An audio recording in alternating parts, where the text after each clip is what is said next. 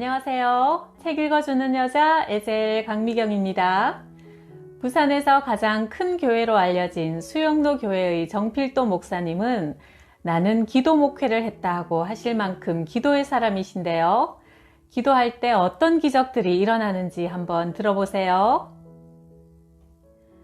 교회를 개척한 지 7년 만인 1982년 안식년을 얻어 가족과 함께 미국에 건너가 공부하게 되었다.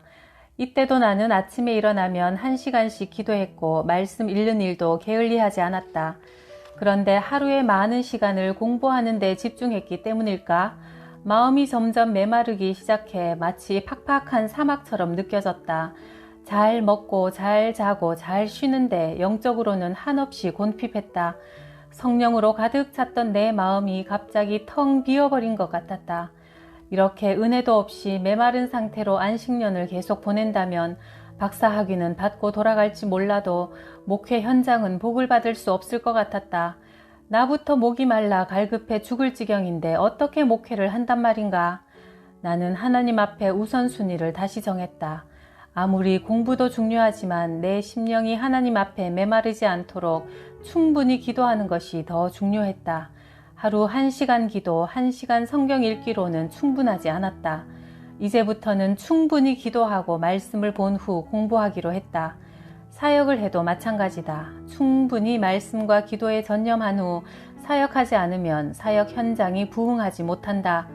다음날 새벽 기도 갈 마땅한 교회가 없던 차라 나는 집 앞마당에 있는 자그마한 계집처럼 생긴 아이들이 들어가서 노는 놀이공간으로 들어갔다. 머리를 숙여도 천장이 머리에 닿을 정도였으나 기도하기에는 더할 나위 없이 좋았다. 나는 그곳을 기도 처소로 삼고 매일 새벽마다 2시간이든 3시간이든 내 마음이 주님 앞에 충만히 젖을 때까지 기도했다. 그런 후에 공부했다. 그런데 놀라운 일이 생겼다. 하나님 앞에 은혜를 회복하면서부터는 영어로 하던 공부가 훨씬 잘 되었다. 내 심령의 팍팍함이 은혜로 회복되니 짧은 시간 공부해도 그전보다 눈에 띄게 향상되었다. 머릿속이 맑고 단순해지니 집중력이 좋아지면서 우리말로 써도 힘든 논문을 영어로 슬슬 써내려갈 수 있었다. 전에 없던 마음의 여유까지 생겨났다. 너무나 여유가 없어 충분히 기도하고 말씀을 읽지 못했었는데 시간을 뚝 떼어 말씀과 기도에 전념하자 오히려 전에 없던 여유로움이 생겨난 것이다. 게다가 그때부터 부흥의 요청이 들어오기 시작하는데 한 주도 빠짐없이 들어왔다. 시카고, 그린스보르, 클리브랜드 등 전혀 낯선 동네, 낯선 교회에서 나를 초청했다. 교단도 다른 교회에서 어떻게 나를 알고 집 전화번호를 알아냈는지 정말 모를 일이었다. 한국에 들어갈 때까지 부흥의 요청이 끊이지 않았다. 내가 하나님의 은혜에 젖어 살기 시작하자 하나님은 그렇게 은혜를 나누게 하셨다. 그때 나는 다시 한번 실감했다. 경건만 준비되면 하나님께서는 그 종을 넘치도록 쓰신다는 것을. 그래서 목사의 목표는 교인 수가 늘어나는 게 아니다. 주님과 더 깊이 교제하기 위해 은혜의 깊은 바다로 나아가는 것이 목표가 되어야 한다. 그런 목회자를 하나님은 오늘도 찾고 계시며 그런 목회자를 하나님은 그냥 가만히 내버려 두지 않으신다.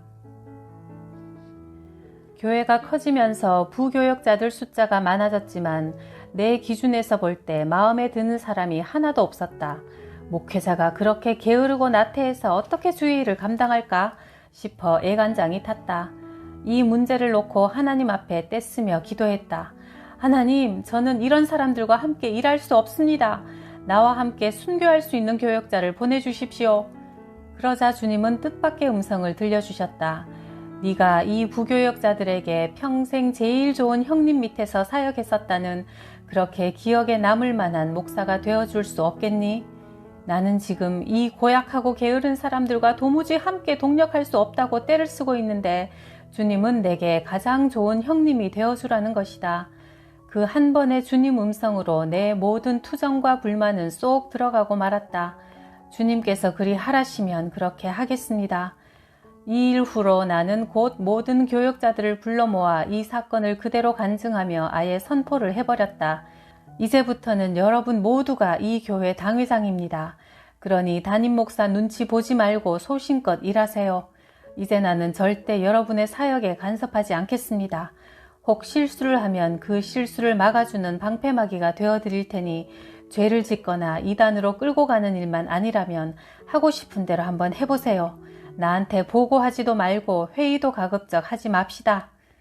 내 기준에 안 맞다고 떼쓰는 나에게 하나님은 그렇게 사랑 가운데서 용납하고 품어주라고 요구하셨다. 나는 그래서 일부러 회의에도 참석하지 않고 보고도 받지 않았다. 대신 전적으로 믿어주었다. 그런데 결국 그것이 교회를 하나 되게 했고 교회는 놀랍도록 성장의 가속도를 냈다. 부교역자들의 얼굴에 기쁨이 넘치니 교회 전체에 기쁨이 넘쳐났다. 1969년 강도사 고시를 앞두고 있을 때 내 마음속에는 이런 의문들이 맴돌았다. 내가 과연 목사가 될 자격이 있을까? 평생 주님만 위해서 산다는 것이 꼭 목사가 되어야만 가능한 일일까? 평신도가 되어도 얼마든지 주님을 위해 살 수 있는 게 아닐까? 이런 생각이 들자 내가 목사가 되는 것에 대해 주님으로부터 확답을 얻고 싶었다. 그래서 청계산에 올라가 금식하며 기도하기 시작했다. 하나님, 말씀 한마디만 해주십시오. 제가 꼭 목사가 되어야 합니까? 제 생각에는 차라리 평신도로 주를 위해 사는 게 나을 것 같아요. 이런 제가 꼭 목사가 되어야 할까요?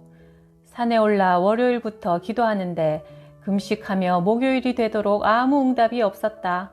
더구나 목요일에는 비까지 내리기 시작했다. 할 수 없이 우산을 받쳐들고 기도하다가 문득 우산 들고 기도하는 내 모습이 한심스럽게 느껴졌다.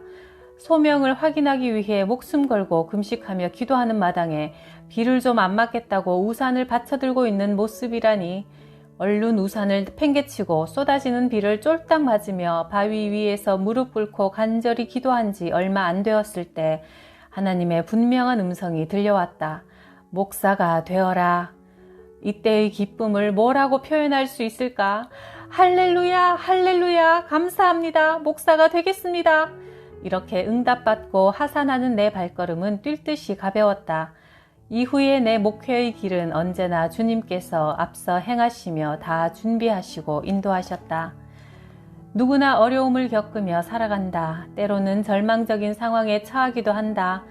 그러나 하나님 앞에 전심으로 기도하며 응답을 받기만 하면 문제는 곧 해결된다.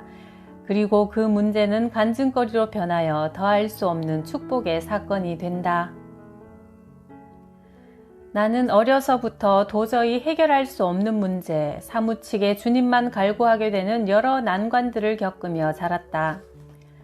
가정 형편은 갈수록 더욱 어려워져 경기고등학교에 들어갔을 때는 가족이 빚더미에 올라앉아 생활이 말도 아니었다.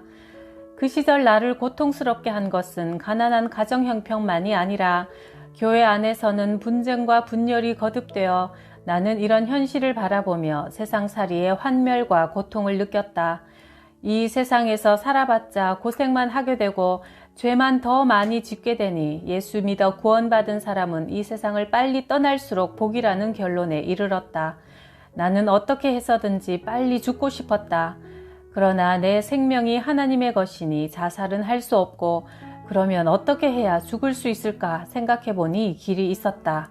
아, 금식기도 하다가 죽으면 되겠구나. 고등학교 2학년 여름방학이 되자마자 나는 금식하며 기도하기 시작했다. 절체절명의 심정으로 부르짖었다. 하나님, 저를 좀 데려가 주십시오. 살기 싫습니다. 정말 살고 싶지 않습니다. 저를 좀 속히 불러가 주십시오. 그렇게 하루가 지나고 이틀이 지났다.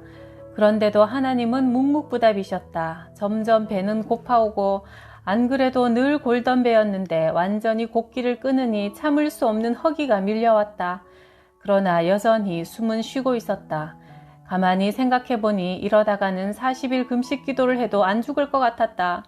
가슴이 철렁 내려앉았다. 방학은 30일인데 큰일이다. 그러면 나는 괜히 40일 동안 고생만 하고 또 고생스러운 삶을 살아가야 하지 않는가.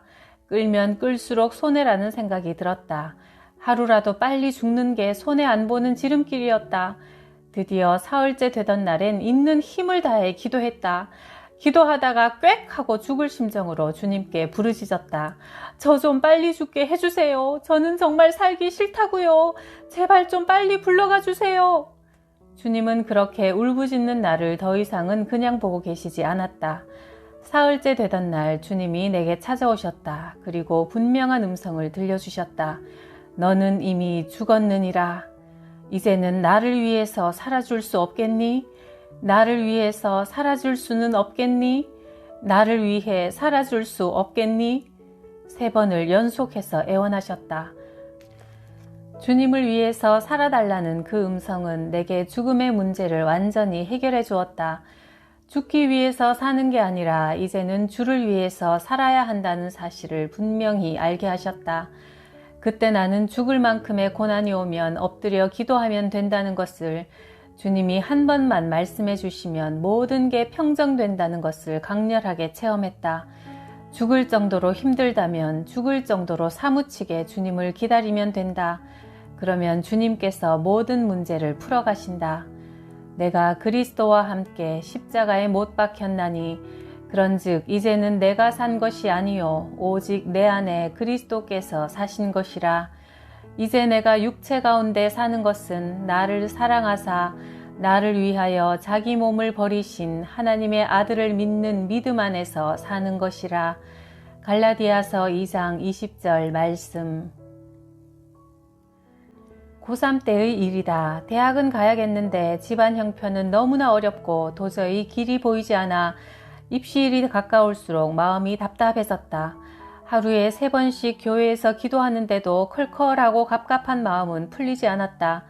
그래서 하루는 죽을 각오를 하고 기도하기 위해 삼각산에 올랐다. 그것도 일부러 가파른 낭떠러지를 택해 올랐다. 하나님, 맘대로 하십시오. 오늘 밤에 응답해 주지 않으시면 저는 기도하며 몸부림치다가 여기서 떨어져 죽을 겁니다. 그렇게 죽으면 자살한 게 아니니까 천국 가서도 할 말이 있을 것 같았다. 한겨울 산 낭떠러지에서의 추위는 가히 살인적이었다. 두꺼운 외투도 하나 없이 매서운 칼바람을 정면으로 맞는다는 것은 쉬운 일이 아니었다. 나는 얼어 죽을지도 모른다는 위기 속에서도 혼신의 힘을 다해 등에 땀이 나도록 기도했다. 기도를 멈추면 그 땀이 얼어붙어 더 이상 견딜 수가 없었다. 오랫동안 기도한 것 같은데 시계를 보니 고작 20분밖에 지나지 않았다. 죽기를 각오하고 오른 산이었건만 추위를 이기지 못해 나는 결국 산을 내려오고 말았다. 그러나 좋으신 하나님은 이미 응답을 준비해 놓고 계셨다. 대학에 합격하기도 전에 장학금을 주겠다고 약속한 분이 나타난 것이다. 인생을 향한 하나님의 절대 주권, 내 힘으로 사는 게 아니라 하나님의 인도하심을 따라 사는 게 인생임을 주님은 내게 그렇게 때마다 심하다 가르쳐 주셨다. 그래서 나는 목회의 어려운 순간이 찾아오면 누군가를 찾아가서 상의하거나 도움을 요청하지 않게 되었다. 그저 하나님 앞에 엎드려 기도하는 것이 목회의 성공 비결임을 주님께서 끊임없이 가르쳐 주셨기 때문이다. 주님께서 나를 어떻게 보시는가, 어떻게 말씀하시는가에 초점을 두고 살아가는 삶은 흔들림이 없고 확신과 평안이 넘쳐난다. 네 짐을 여호와께 맡겨버리라. 너를 붙드시고 의인의 요동함을 영영히 허락지 아니하시리로다. 시편 55편 22절 말씀. 수영로 교회가 성장의 성장을 거듭할 무렵 내 마음속에는 자신감이 충만했다. 주일마다 새 신자가 등록하고 설교를 하면 아멘 소리가 터져 나오니 내가 그래도 꽤 설교를 잘하는가 보네. 우리 교회가 이렇게 부흥하다니.